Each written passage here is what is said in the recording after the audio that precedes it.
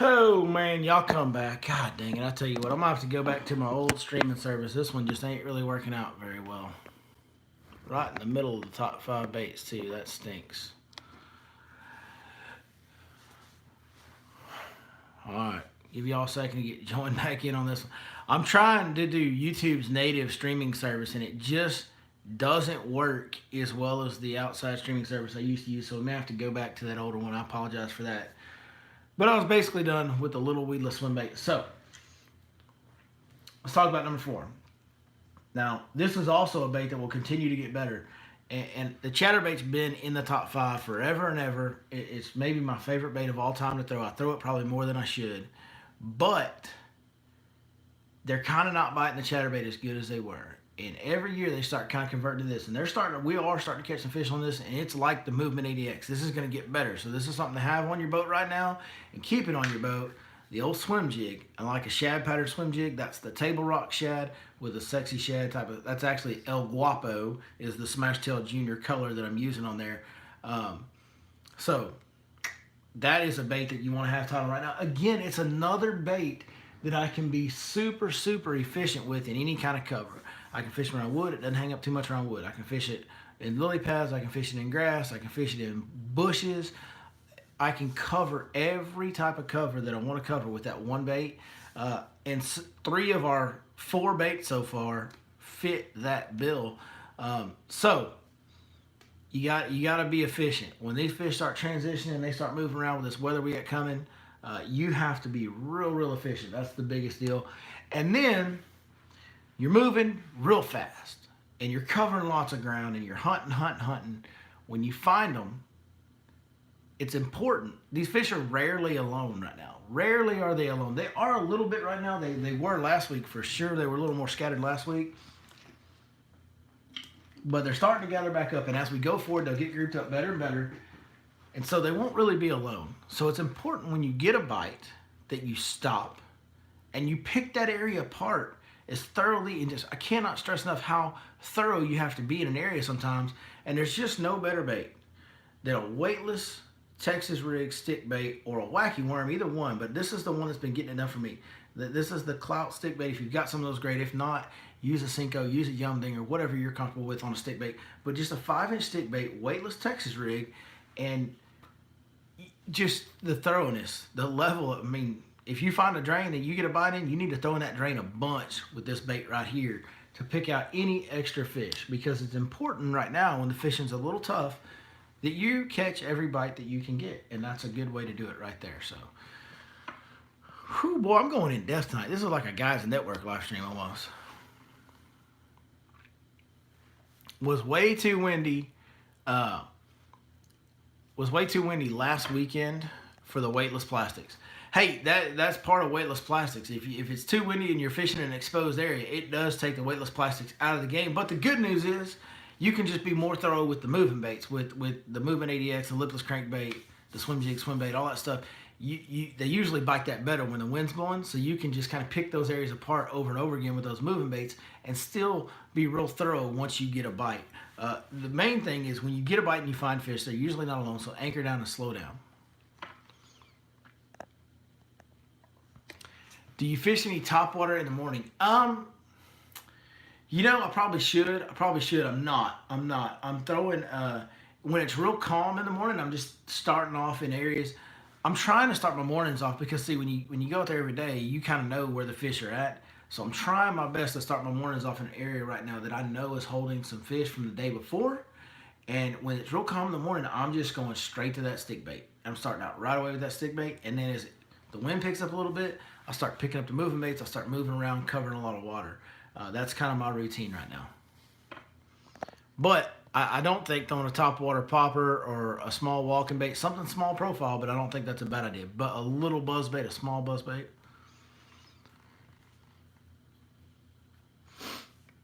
Just booked my trip with you for Monday, October 14th. Hey, I appreciate that. What was funny is that trip had been booked for a long time. That day had been booked for a long time. I had a guy cancel it that morning, and literally you booked it the same day that we had the cancellation. So it just worked out. Fate lined up for us. October 14th It's a good time of year. I always tell people the peak of the fall bite to me is right around October 15 to right around Thanksgiving.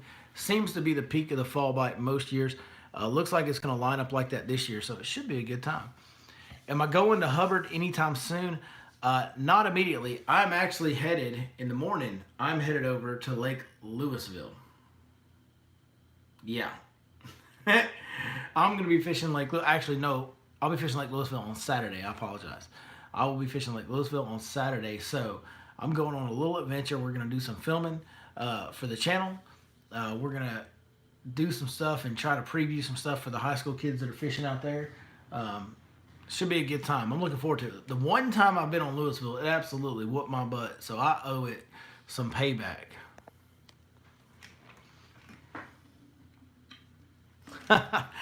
Jared K says, opinion on the 6 cents Quake 70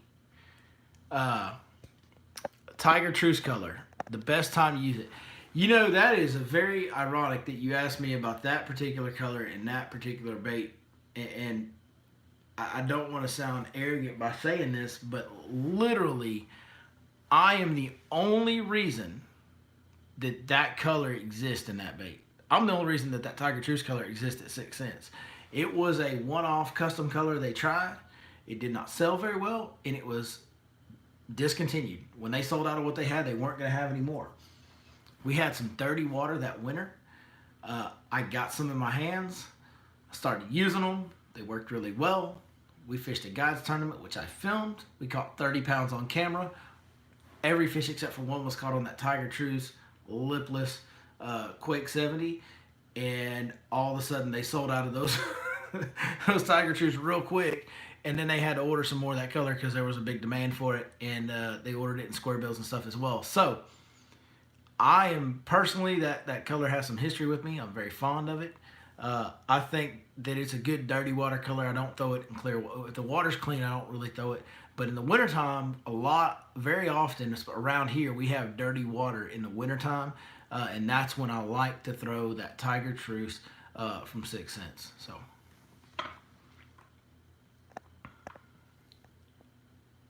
Somebody said he bought them all. I did. I literally, after that tournament, like, those baits were selling so quick, and I talked to the people at 6 cents, and they had like 5 or 6 left. I said, I need all of them. Send them to me.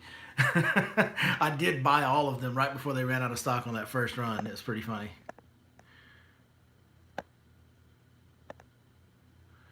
Any idea why 6 cents isn't in the big stores yet? It's too good of a product for it not to be everywhere.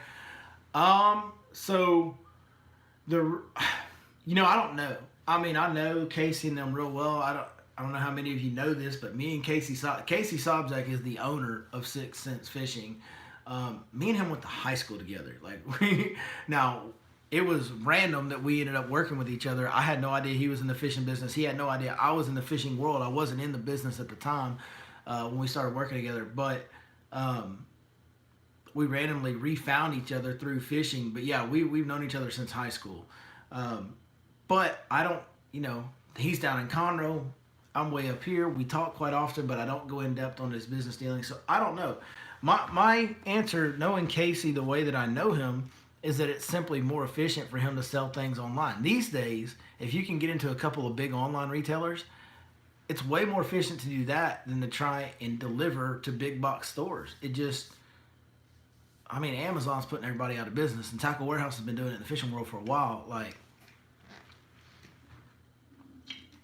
You don't really need to be in the big box stores anymore. The online game's kind of where it's at. So I would imagine that he's probably done some business analytics because he's a smart sucker. That dude, he's been smart since he was in high school and always been a real kind of professional-minded guy. So whatever he's doing, I promise you, it's the most efficient business way to do it with Casey. So that would be my guess. Is it just is more efficient for him to focus on selling stuff online? What's your opinion on the Milliken rods? Have I used any? I have not had my hands on the Milliken rods. I can tell you I'm 1,000,000% in love with this Divine series. I think it's a great fit for a middle tier rod. I think it's really light. It's very, very high quality rod.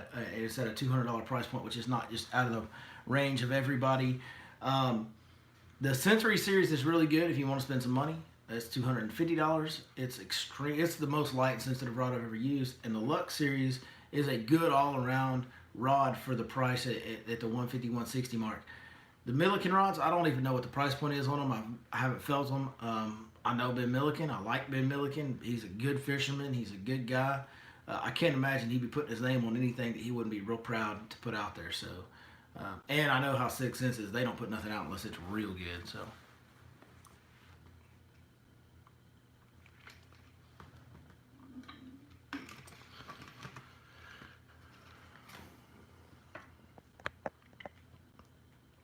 Is there a Fish Life app for Choke Canyon? We do not have a Fish Life app for Choke Canyon. We have one for Possum Canyon. We've never had one for Choke Canyon. We don't have a contributor. Nobody's ever approached us about Choke Canyon. I don't know anybody down there, so unless somebody comes to us that wants to get involved, I don't know where we would do that or how we would do that. Fished quite a few lakes here in North Texas, seeing tons of bait and small buck bass in the backs of creek channels. We're so close. Yep. Yeah, we're getting real close. I think this front's going to push some bigger fish back there. Now, I will tell you, if you look closely, it's hard. It's hard. It's hard. I get it. Like, it's overwhelming, especially if you're only fishing 1 or 2 days a week. It's real hard to find this. But if you get in the backs of those creeks and you look closely enough, they will... You'll see isolated pods of bigger bait fish amongst all that smaller. You get to the back of the creek, it's just small bait fish everywhere you look. Well, every once in a while, you'll see some bigger shad, some gizzard shad, a group of them run through there. But wherever you see that, you need to slow the heck down. Because them big fish, they're not easy to catch right now at all by any means. They're hard to catch. But they're there. And when you find those big gizzard shad, that's where we are catching our bigger fish, is around those gizzard shad. So... especially, week before last when we were kind of catching them every day. We're catching some bigger quality fish every day. Like, every time it was around the bigger bait.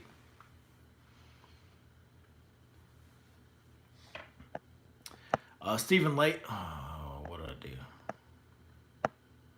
Stephen Latham is asking about an Upshur County lake. It is closed for dam repairs. I know what lake you're asking about. It's the one we do not speak of. It is closed for repairs to the dam right now. So...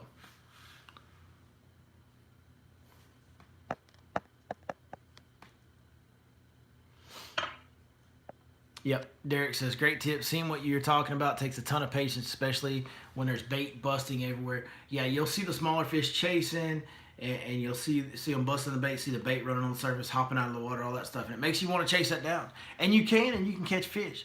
But if you really want to try and target the bigger fish, you got to stay around those groups of the bigger shad, and you got to fish real thorough when you find that. Now, if you run into a group, a big shad that just doesn't have very many big fish with it, or they won't bite for whatever reason, you can waste a lot of time and not catch anything. So it's just one of those deals.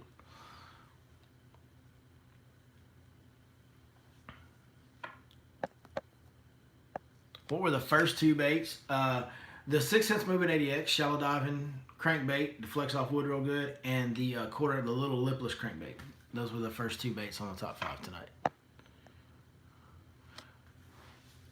Once you find fish back in the drains, would you rather throw a grass mutant jig or a T-rig creature bait? Right now, I would throw like a little baby brush hog on a Texas rig, or really what works best is just like a 7-inch worm, just an old school ribbon tail Texas rig 7-inch worm. Really kind of seems to be the best thing if you're gonna slow down and go with a weight. Go Texas rig like that. Or jig, the best option this time of year in, year out for me, is just the regular old ribbon tail worm. Just got here. What do most of the guys on Fork think about the Hydrowave? Well, think about the Hydrowave. So I'm going to speak from my opinion on it. I'm not going to speak for anybody else's. It's not a conversation I've had a lot. To be honest with you, I don't talk to a lot of folks. I live 30 minutes away from the lake, and I go there, and I do my thing, and I fish, and I come home. And I don't get mixed up in a lot of the conversations up there. I just kind of march to my own beat. A lot of them don't like how much content and information I put out anyway, so it just is what it is. But I've never been a Hydrowave guy. I don't think it's a big deal. But it's probably just part of my old school raising and my old school bringing up. I've always been focused on trying to be more quiet, especially when I'm fishing shallow. I'm always trying to be quiet. make as little noise as possible. And just, especially in the water or on the bottom of the boat, my footsteps, my lids, all that stuff, I'm trying to be quiet.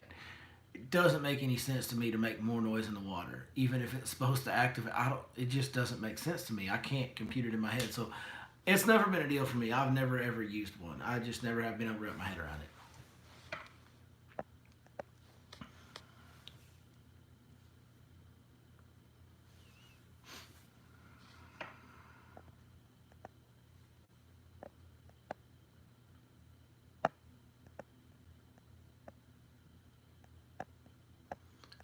RTC, we would be interested if you want to work on Lake Tyler. Now, we have kind of a vetting process that we have to go through. We got to kind of check you out, talk to you, get to know you a little bit before we work with you. But if you'd like to work with us on the Fish Life app for Lake Tyler, and you're a guy that fishes there a lot, like a lot, then please do send me an email or text me or something like that. Reach out to me. We would very much be interested in working with you on that.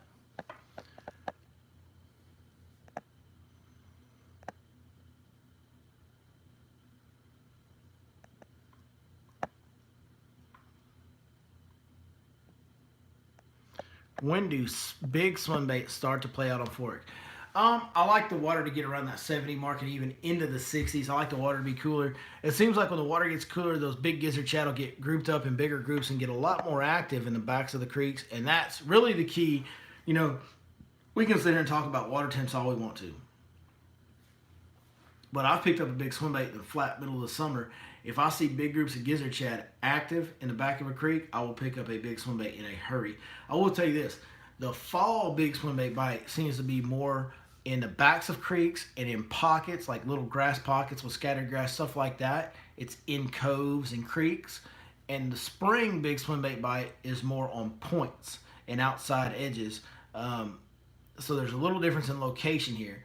The deal is, in the spring, they're like pushing those shad up on the points and they run up there, busting them for a second, and they're bailing out. They're just kind of staging. In the fall, they're pushing. They're pushing this bait back into a creek. They're pushing this bait back into a little pocket. They're pinning this bait in these coves and the backs of these creeks and going to town on them. So it's a little different process, fall versus spring, and a little different location. But really, it's just if you see the big bait active up shallow, it's time to pick up your big swim bait. And that should be coming.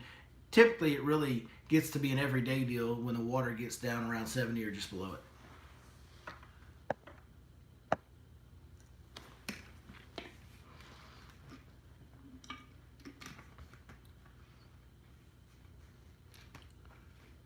it.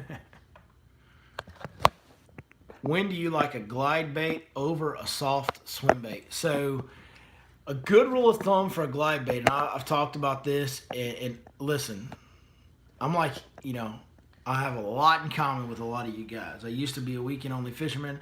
I was obsessed and searching for any information I could, and I still do that to some degree when I have the time. I have a lot less time to consume fishing content now than I used to, but I learned this from watching Tactical Bassin. Matt Allen and Tim Little. That was always one of my favorite YouTube channels. They do a great job. They're really instructional. They've inspired a lot of what I do. Honey Hole All Outdoors and Tactical Bassin, and Justin Rackley. Those are probably the three biggest influences on how I like to make my content and how I try to make my content. But one thing about a glide bait is it correlates very well to a jerk bait. If you're catching fish on a jerk bait, you typically can catch fish on a glide bait and you'll upgrade your size average by a lot. So as the water cools off, that's when I really go to that glide bait. When that water, when they first start getting active, I want to throw that paddle tail and kind of keep it coming through that grass and all that. And then as the water starts cooling down and the bait's still back there, but it starts slowing down, that's when that glide bait really comes into play. They're still active. They'll still feed like crazy in spurts, but they're not just all day chasing like they were. November kind of is a thing. Like glide baits seem to be a thing in November around here when the grass and everything is set up correctly for it. So yeah, it's the glide bait correlates to jerk bait. Think about that. That'll help you.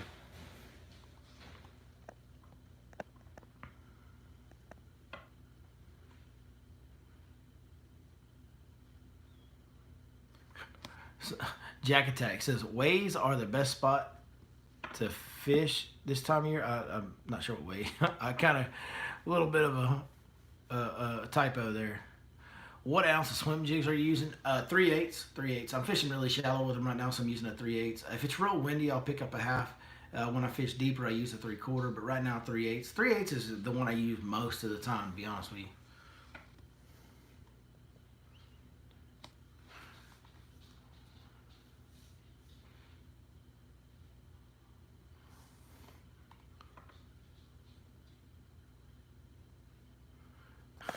Knowing what you know about the truly big bass on Lake Fork, when do you predict you'll set the new Lake Fork black bass record? Well, that record has stood since '91. I don't think that I will ever break that record. I don't know that I'll ever even get close. It would be extremely lucky if I even got within a few pounds of it. It, it that record's going to be a hard one to break for a lot of reasons. The lake is past its peak. It's still really good, and Lake Fork probably has more longevity than any other trophy bass fishery on earth. It's probably more consistent with the big bass it kicks out than any other place for the long period of time, but it is not at its peak. It was at its peak around 91 and the early 90s for sure. So I don't think I'll ever break that record. I don't know that anybody will. I can tell you, the odds will be very much against me doing it because I go out and try to catch fish every day. I have customers in the boat, and even the customers that tell you they want to catch a really big fish and that's all they care about, there's very few of them that will stick to that after they haven't had a bite for an hour. And if you want to try to catch a freak, you need to sacrifice and not get bites for days at a time quite often. You need to get out there and fish some different type of structure. That fish lives a different life. If you really want to try and break the state record, in my opinion, you would have to go about fishing a completely different way where you really didn't catch hardly any fish at all. There would be some different things that you would need to do.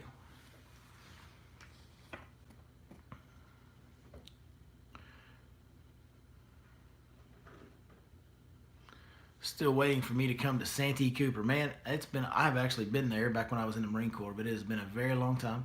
I would love to go back to Santee Cooper. One of these days when I can break away from here and get a little time to go do some stuff like that, that will be on my list for sure. I want to go to Guntersville. I want to go to the California Delta. I know Okeechobee is kind of a pain in the butt, but I want to go to Okeechobee too, just because it's Okeechobee. Yeah.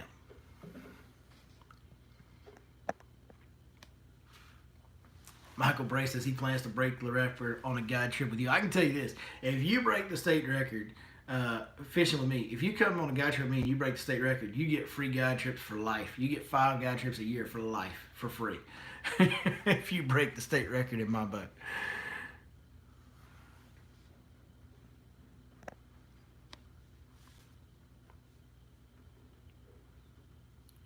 I noticed yesterday was the first time in months my toes got cold inside. They will bite. They will really bite soon. I agree. I agree. The nights are getting longer. Even though it's still been hot, the water temps are cooling off somewhat. And this cold front that we're about to have, it's going to really kick. I mean, this is about to get like fun. We should, you never know with fishing. One thing that I've learned for sure is you never know with fishing. But I would think it's about to get real fun around all these lakes around here.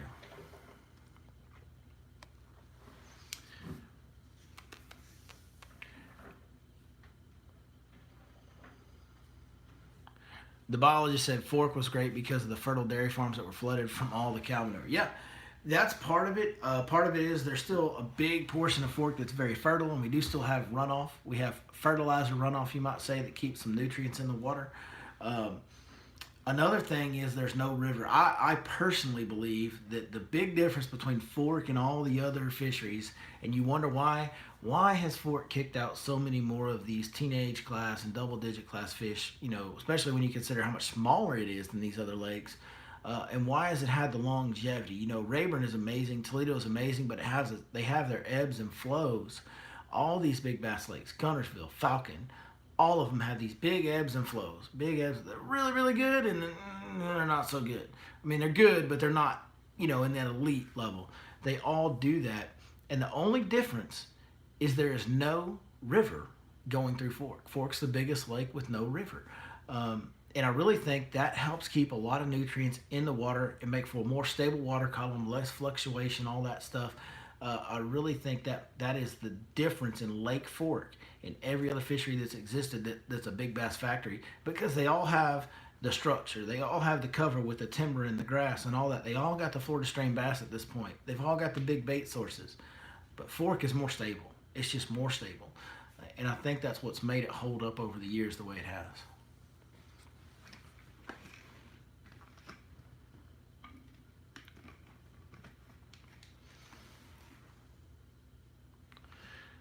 Is Monticello still closed? Yeah, Monticello is still closed. I haven't heard anything new.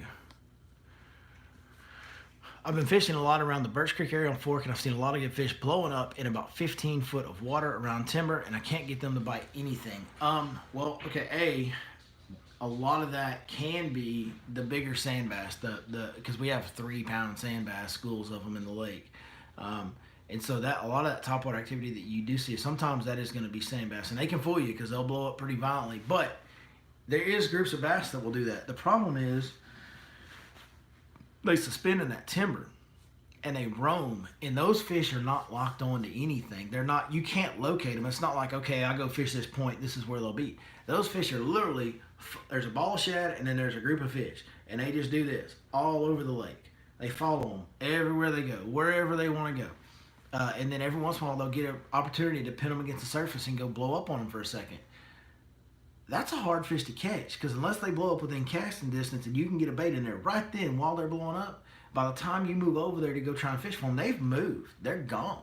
So that's a really hard fish. I don't even try with those fish. I go focus on other fish and just let it go.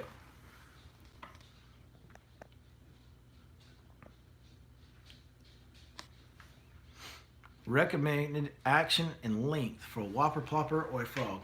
Well, first, I'm going to say that you need to have 2 different rods for a whopper plopper and a frog. One has treble hooks, one has 2 big single hooks, and it's kind of a weedless bait. A frog, you need a big stick that's got just a little bit of tip. I like a 7.4 to a 7.6 heavy, or even an extra heavy with just a little bit of bend in the tip. You don't want it to be stiff all the way to the tip. You want to have some tip. That's going to help that frog walk better for you. You better put better action on it. Also, the big deal to me, and Ronnie Kelly taught me this, you can make that frog land a lot softer if you have a little bit softer tip on that rod. But most of that rod needs to be meat. It needs to be backbone, because they're going to blow up on that frog in some really nasty cover, and you've got to drive that big heavy gauge hook home and horse them out real quick. So the stouter that rod is, the easier it is to get them up and out and come into the boat. 5-year-old boy named Jace wants me to say hi to him. Jace, what is up, my brother? Hey, I cannot tell you thank you enough for watching this channel, for watching this live stream, watching anything we do. Jace, I really appreciate it, buddy. I hope to meet you someday. Get after them fish. Don't ever give up on it. Just keep on fishing, brother. For Berkeley, will they be all the way back in the creek already? So we kind of touched on this earlier. So what's about to happen? Yes is the answer, but they'll also be on the main lake on structure. If you want to try to win the Berkeley, really your best bet is to fish for one bite out on some offshore structure, in my opinion. But that's a long ways away. A lot can change. So let's talk about that as we get closer to it. But this cold front next week, what's about to happen is all these fish that are moving and scattered, when we get this cold front, there's going to be more fish that gather. They're going to get in better groups. They're going to get more tighter grouped and get grouped up in the backs of creeks and pockets.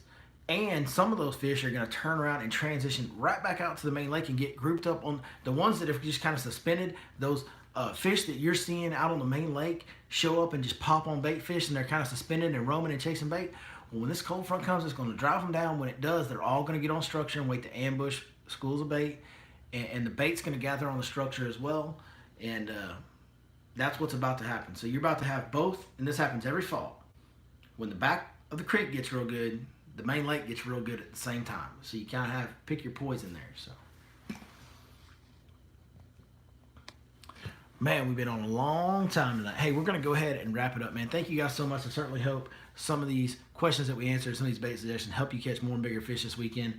You guys are the best. Hey, by the way, we started a TikTok page. If you're a young guy, I know a lot of young folks on TikTok. We are going to put up some neat content, some different content unique to TikTok on that page. Also, Twitter. If you want to holler at me, just want to talk to me throughout the day, hit me up on Twitter. I will be getting more active. I don't really know how to use all that stuff yet, but I'm going to educate myself. we're also going to try to upgrade the level of content that we put out in general. We put some money into some equipment that's on the way now. I'm going to get a little editing training from a guy that I know that's really good at it, and we're going to try to keep improving, try to keep getting better, try to keep helping you guys catch more and bigger fish, because that's what we're about around here. So thank you guys, thank you guys, thank you guys, and we'll see you next time right here on your Lake Fork Guide.